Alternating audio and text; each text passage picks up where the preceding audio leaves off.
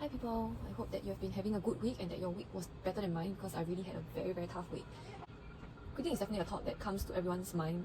I think mainly because of the hours and how much we kind of suffer emotionally, mentally and physically at our job. Because when you work long hours, your mental health takes a toll. Like none of us are made to work more than 8 hours a day, I think. And you just feel mentally drained from spending so many hours thinking about problems, thinking about the law. Basically your brain is just processing a lot of information throughout the day. That's mentally draining. And then emotionally it's because it's almost as though your mind just can't regulate itself anymore because it's so caught up with processing information that it has no room or space or capacity to process any other thing in life. And in fact there are many things in life that really requires us to process. And physically it's just because you can't sleep.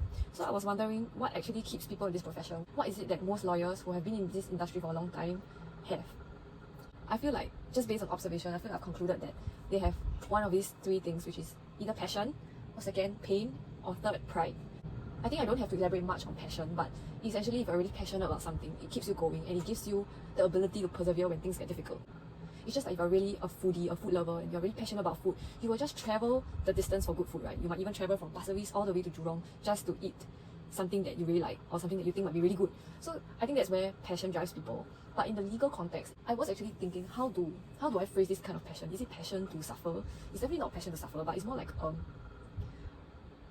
a passion for knowing right and wrong. I think that's something that's very fundamental to the whole study of law. Like why law is intriguing to me is because it always involves a discernment of whether something is right or wrong.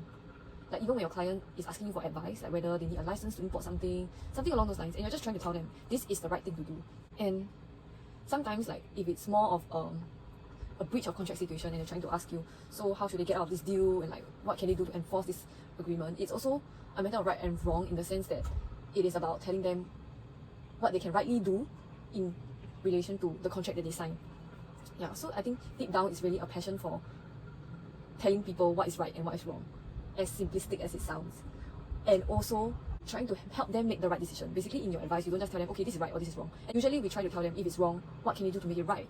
So I would think it's like a passion for advising and a passion for helping people and facilitating people to take the correct actions so that they will not end up doing something wrong in the eyes of the law. Second thing, pain. You might think it's a very odd thing, right? Why would I say pain is something that people have? But I think honestly, no human would actually like to work such long hours, even if you are compensated really well. Sometimes I think the love of pain and the escape of pain are two sides of the same coin. So you might think that, oh, I'm going to say that the people who are able to sustain in this profession are people who love pain, right? Because they just love suffering. But I think it's also related to the fact that they are escaping pain in other areas of life. It's like distracting yourself from a deeper pain in your life. Like perhaps the pain of loneliness, or the pain of just not having any direction, or the pain of not feeling loved, or not feeling worthy, or not feeling valuable. All these things are pain points in people's life that I think also drives them to just endure and embrace the pain in this profession.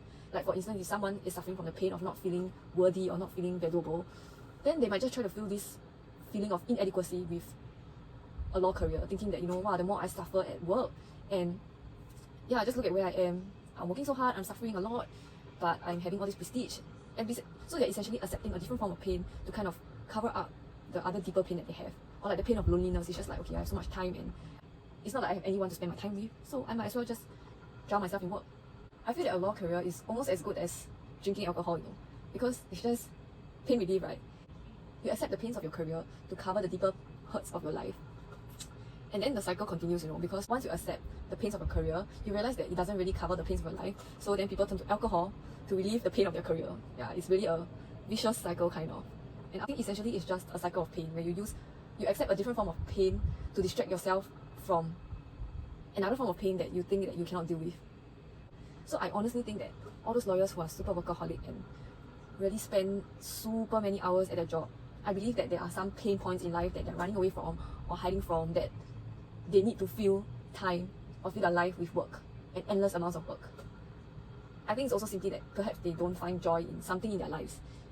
And work is a pretty good filler, work is a pretty good distraction, because when you're kept running on the hamster wheel, it's like you just don't have time to think, right? Can you just imagine that you're on a hamster wheel and you're running 24/7?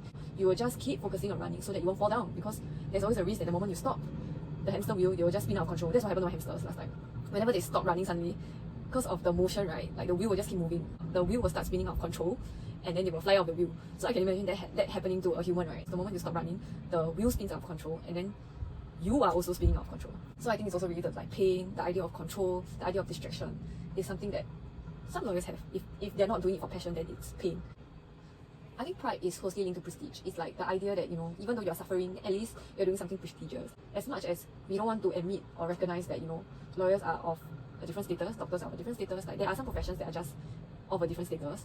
The fact is that there is a different level of prestige attached to different professions. I think sometimes pride is what keeps people going. But honestly, I think out of the three, passion and pain are the main two things that I see drive people. Although I don't want to be a party pooper, wow, another 2 more P's.